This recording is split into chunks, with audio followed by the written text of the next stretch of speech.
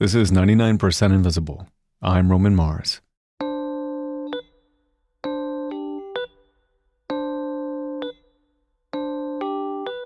The new film Green Book is rolling out across the country. I have not seen the film, so I can't speak to its merits or its shortcomings.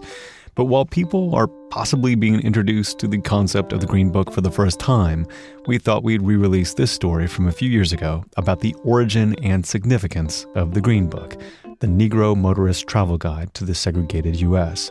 It's an amazing story and one of my all-time favorites. As a special bonus in this episode, we'll also be playing a Green Book story from Nate DeMeo of the Memory Palace. Nate had coincidentally written his Memory Palace episode called Open Road about the Green Book, and we both released them without having heard the other, and I think hearing them one after another is a real treat. It highlights our show's similarities and differences in our approach to a subject. It makes me very happy to share them together today. I hope you like it.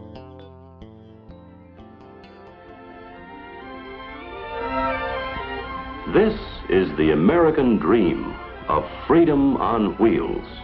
An automotive age, traveling on time-saving superhighways.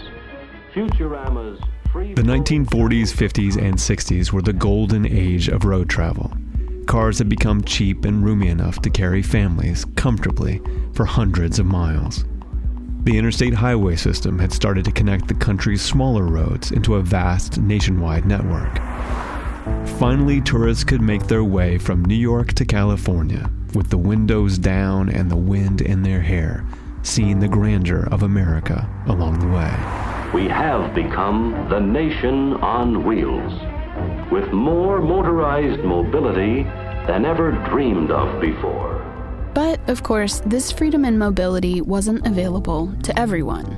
That's our senior editor and splash of cold water, Delaney Hall. Because in 1956, the year that federal funding made the interstate highway system possible, Jim Crow was still the law of the land. In the South, racial segregation was enforced by law and had been since shortly after Reconstruction. In many parts of the North, the codes were enforced in practice.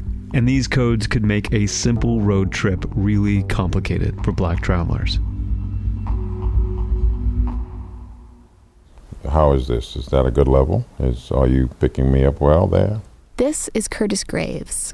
Okay, my name is Curtis Graves, and I was born in 1938, so I'm a little older than most of the people who are listening to this. Curtis would eventually become a Texas state representative, and then he'd go on to work at NASA. And then he'd become a photographer. But as a kid, he grew up in the segregated South. And for many years, his parents tried to shield him from that reality.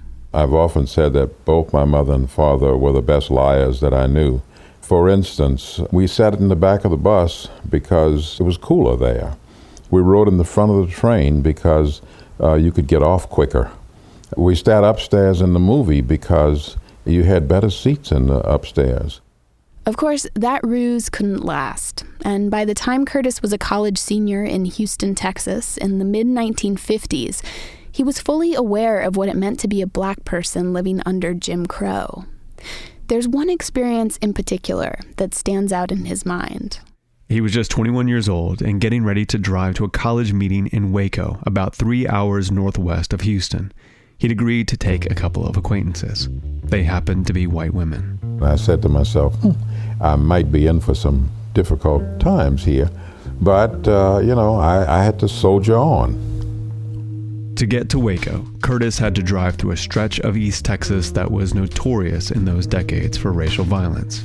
Oh, yeah. Those communities were pretty bad. Around dusk, the travelers got hungry, so they pulled over at a roadside diner. As soon as we got in the front door, the guy said, sorry, but you can't come in here. We don't serve black people at all. So the three of them went back outside, and Curtis devised a plan. They'd try another restaurant right across the street. I said to them, the two of you go in, get a table, and after you're seated and the waiter or waitress comes up to you, tell them that you have a boy that's driving you and that you want to know whether you can bring him in to eat.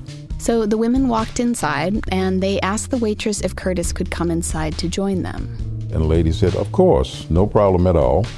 So as long as I was their boy and their driver, I could eat with them at a table in a restaurant. But if I were equal to them, I could not. This kind of humiliation on the road was routine and had been going on for decades. Many people wrote into the NAACP around this time, describing experiences just like Curtis's.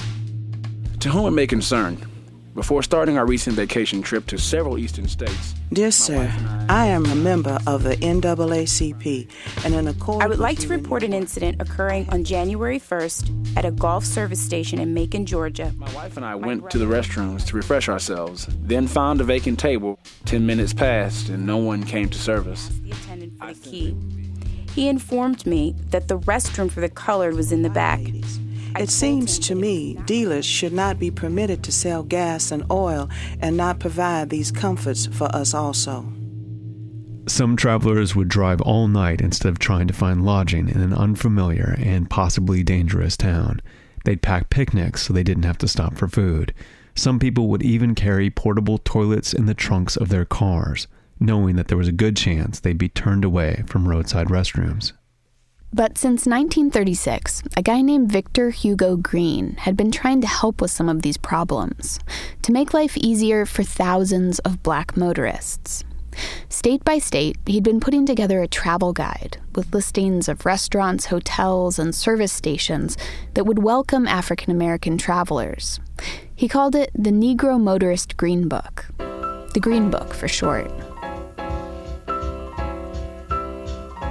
Victor Green, who died in 1960, lived in Harlem, New York during the height of the Harlem Renaissance. His apartment was not far from Duke Ellington's. His office would eventually be situated near Small's Paradise, a famous nightclub. Victor didn't have the most obvious background for starting a travel guide. He didn't work in tourism. He wasn't a writer. He was a mailman in Hackensack, New Jersey. But he kept hearing stories about discrimination on the road. So he would go do his route in Hackensack, New Jersey, come back home and work on the Green Book at night, compiling these addresses, typing them up, and putting them in a book form. This is Calvin Alexander Ramsey, playwright, author, and filmmaker. And years ago, Calvin started researching the history of the Green Book. He learned that the Green Book wasn't really the first guide of its kind. In fact, Victor may have gotten the idea from Jewish travelers. Because the Jewish community was also having issues on the open road, with a lot of the places saying restricted, and that was a code word for Gentiles only. When Victor published his first Green Book, it just covered New York. And he heard from around the country from other carriers and other people saying, we really need this nationwide. But it wasn't that easy to gather information from across the country back then. Long-distance phone calls were expensive. And that, Calvin says, is when Victor Green realized that being a mailman was his secret superpower. There were African-American letter carriers all over the United States at this time. We're talking about 1936. And so he knew about, the relationships that the mailmen have with their homeowners or apartment dwellers delivering their mail. So just like today, the mailman is part of the community. So Calvin says Victor tapped into this network, spreading the word about his guide through the National Alliance of Postal and Federal Employees, a letter carrier union. Calvin says postal workers across the country scouted potential Green Book locations in their cities and towns. He says some even asked families they delivered to if they'd be open to hosting travelers in their homes. And if they agreed, then they would send the information to Victor Green in Harlem. Victor was able to get a field force of letter carriers who were all over the country who acquired materials and names and addresses and businesses for him. Wherever there was a black mailman, you had a Green Book salesman or recruiter. Pretty quickly, the Green Book caught on. Businesses, many black-owned, began getting in touch with Victor, hoping to advertise and hoping to be listed. Black newspapers signed on as sponsors. Victor eventually retired from his job as a letter carrier and started working on the guide full-time. He even opened an affiliated travel agency that helped tourists arrange trips. But still, there was the challenge of distribution. How to get the guide into the hands of travelers who needed it. That happened in a few ways. The United States Travel Bureau signed on to help out, and then there were the more informal networks. Well, churches, Pullman Porters, the Urban League, the NAACP, the Masonic lodges. There was a very wide, varied distribution process in place for these green books. And there was an important corporate sponsor too, a big one. For service that is tops and gas that's extra fine, there's a smile for every mile at the SO sign. ESSO makes your car go. Happy motoring. Esso, also known as Standard Oil and now known as ExxonMobil, was one of the few oil companies back then that actively pursued black customers. They franchised their stations to African American operators, and they had a black representative on staff, James Billboard Jackson, who helped place green books in many of those stations, as well as the white-owned ones. Esso may have done this out of a sense of fairness and equality. John D. Rockefeller, who founded Standard Oil in 1870, had married into a family of abolitionists who were part of the Underground Railroad, and he'd voted for Abraham Lincoln back in the day. But Esso probably did it for another reason, too. Money, honey. It has to do with money. Remember Curtis, who had the crappy experience driving across East Texas? His dad operated one of the first black-owned Esso stations in New Orleans, where Curtis was born and raised. It was called Bootsy and Buddies. The economic logic of stocking the Green Book was pretty simple, he says. If you want black people to buy your fuel, why don't you give them an opportunity to see that they can travel and find places to stay while they're on the road traveling. So Curtis's dad kept a shelf of green books for his customers. You know, if somebody came in and said, buddy, I'm thinking about taking a trip to Chicago, my dad would say, well, do you know where to stop between here and Chicago? And the person would say, no. He'd say, well, here, the green book will tell you. And it gave you a sense of security. And so the Green Book came to cover listings in all 50 states and even some locations in Canada, the Caribbean, and Mexico. They printed about 15,000 copies a year. Victor Green had changed travel for thousands of African American tourists. He wrote in a 1956 introduction to the guide. Now, things are different. The Negro traveler can depend on the Green Book for all the information he wants. This guide has made traveling more popular without encountering embarrassing situations. But as the civil rights struggle continued, some people began to question the value of the Green Book. Black people, many of them began to feel that this was accommodating to Jim Crow. Susan Rue is a professor of history at Brigham Young University, and she says that the Green Book began to seem a little out of step with the times. It rarely took on an overtly political tone, especially in its early days. And there were actually other black travel guides published around the same time that did. One called Travel Guide, for instance. Travel Guide listed where the NAACP chapters were in each city.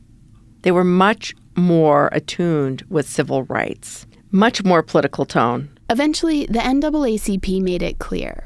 And the NAACP said, what we're striving for integration. And so that's their stand. And the NAACP built a lot of their push for the 1964 Civil Rights Act, which outlawed discrimination based on race and ended Jim Crow, around this idea of total integration. In fact, when the NAACP testified during the debate over the bill, they drew on all those letters they'd received about discrimination on the road. They appealed to that vision of the iconic family road trip, of the freedom to explore America by car. Roy Wilkins, the executive secretary of the NAACP, spoke before the Senate's Commerce Committee in 1963. As soon as Congress gets out, they're all going to head into their station wagons and go back to their home district. It's July in Washington. It's really hot. Wilkins asked the Senate to imagine what it might be like to travel as a black person. Would you like me to read what Roy Wilkins said? How far do you drive each day? Where and under what conditions can you and your family eat? Where can they use a restroom? Can you stop driving after a reasonable day behind the wheel? Or must you drive until you reach a city where relatives or friends will accommodate you and yours for the night? Will your children be denied a soft drink or an ice cream cone because they are not white? So he's appealing to them at the most basic level of their own love for their own family. And Susan thinks this may have been one of the things that helped pass the bill.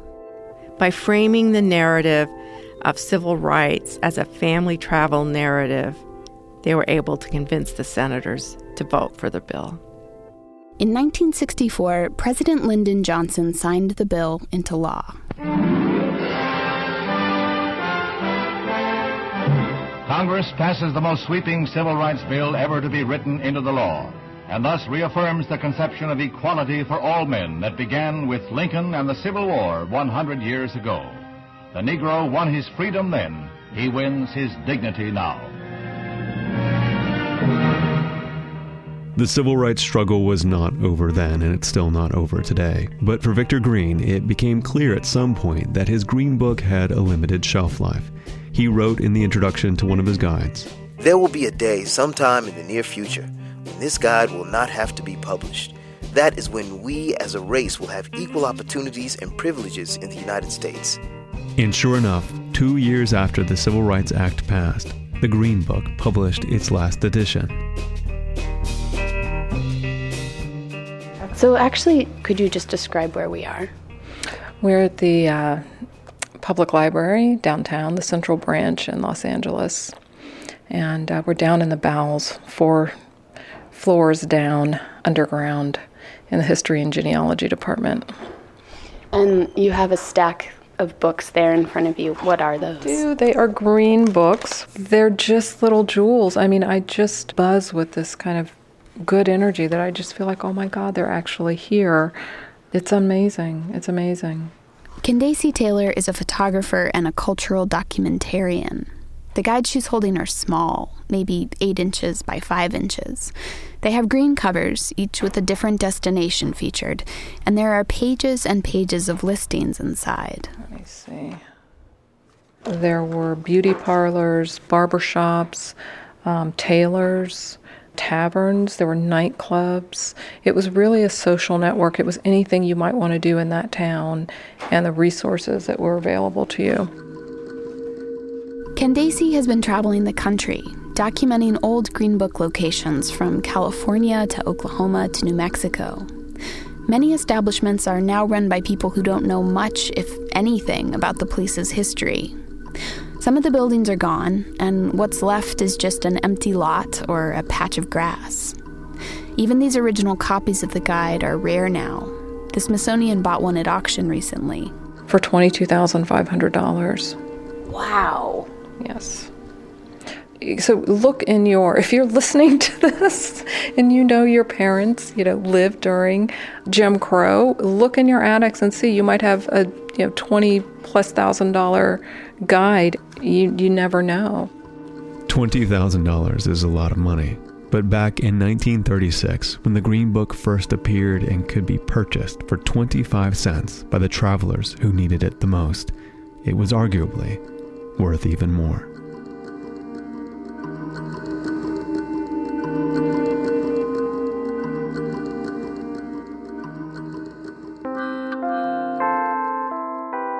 Thanks to Backstory with the American History Guys for the recordings of the letters to the NAACP, read by Alicia Floyd, Stephen Tolliver, and Leslie Talafario, and to Al Letson, who played the part of Victor Green. Thanks also to Orlando Gonzalez at the National Association of Letter Carriers and Jackie Moore at the National Alliance of Postal and Federal Employees.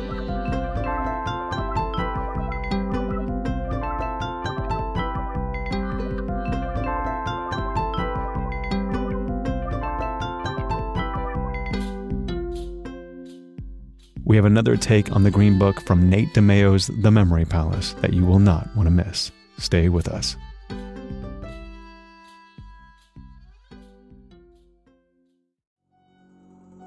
The Memory Palace is a longtime member of the Radiotopia Collective and a huge inspiration in the creation of 99% Invisible. If you don't already listen, you've made a huge mistake, my friend, and you're about to hear why.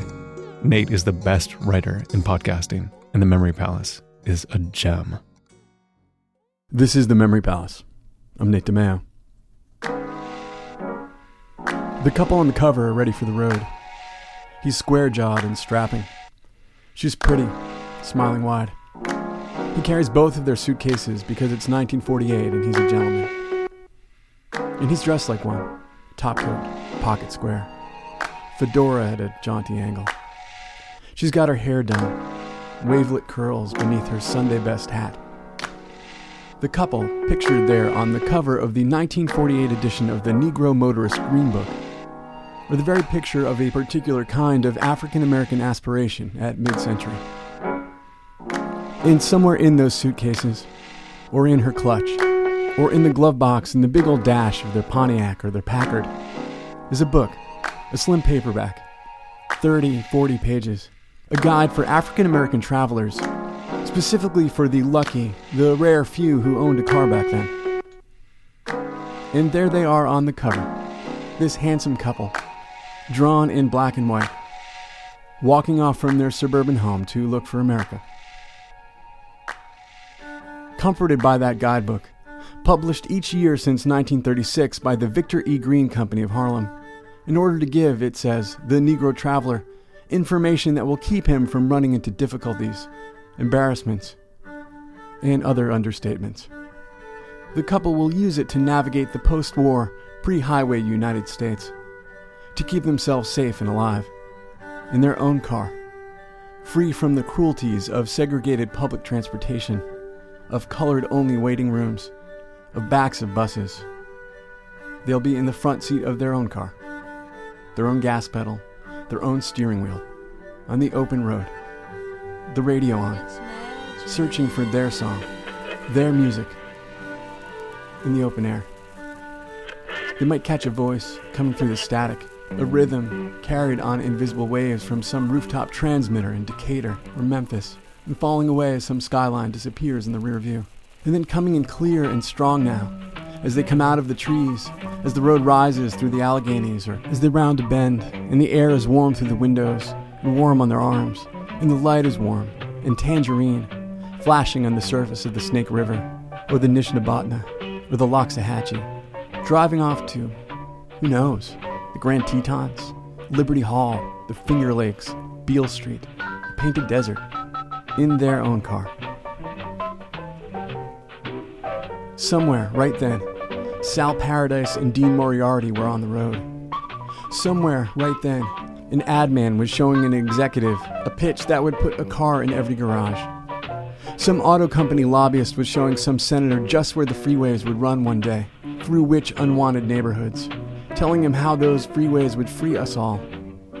How we'd road trip, see the USA in our Chevrolet, look for adventure in whatever comes our way.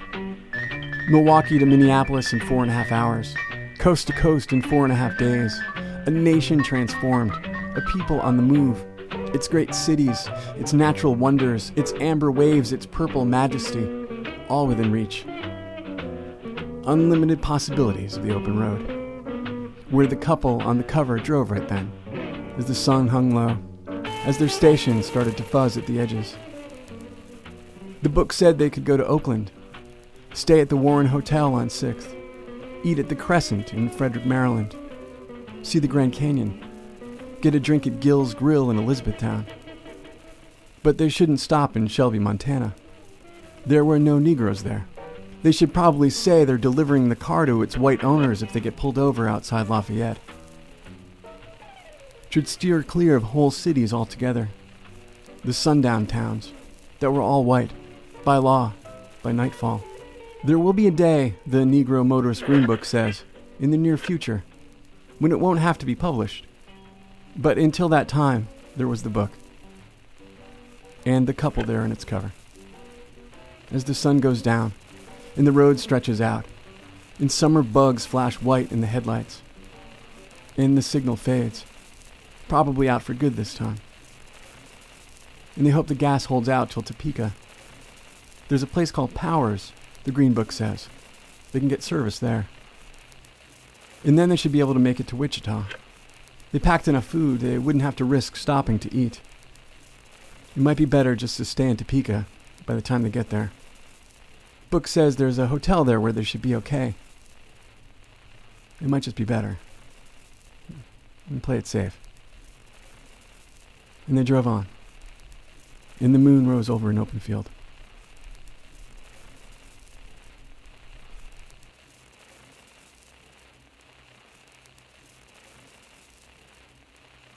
Another take on the Green Book from the Memory Palace. If you somehow neglected subscribing to the Memory Palace heretofore, I actually kind of envy you because you have 134 episodes of short, beautiful, arresting history stories waiting for you. It's a life-changing show.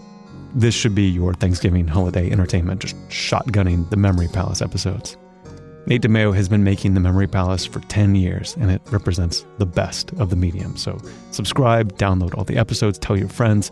I'd love to see it reach 10 times as many people. It deserves it. I'll have a link in the show notes. 99% Invisible was produced this week by Delaney Hall. The rest of the team is senior producer Katie Mingle, digital director Kurt Kolstad, Avery Trufelman, Sharif Youssef, Emmett Fitzgerald, Sean Rial, Vivian Lee, Joe Rosenberg, Taryn Mazza, and me, Roman Mars. We are a project of 91.7 KALW in San Francisco and produced on Radio Row in beautiful downtown Oakland, California. 99% Invisible is a founding member of Radiotopia from PRX, a fiercely independent collective of the most innovative shows in all of podcasting. Find them all at radiotopia.fm. You can find the show and join discussions about the show on Facebook. You can tweet at me at Roman Mars and the show at 99pi.org. We're on Instagram, Tumblr, and Reddit too. But if you want over 300 other episodes of 99% Invisible plus links and pictures of the Green Book, look no further than our beautiful, beautiful website. It's 99pi.org.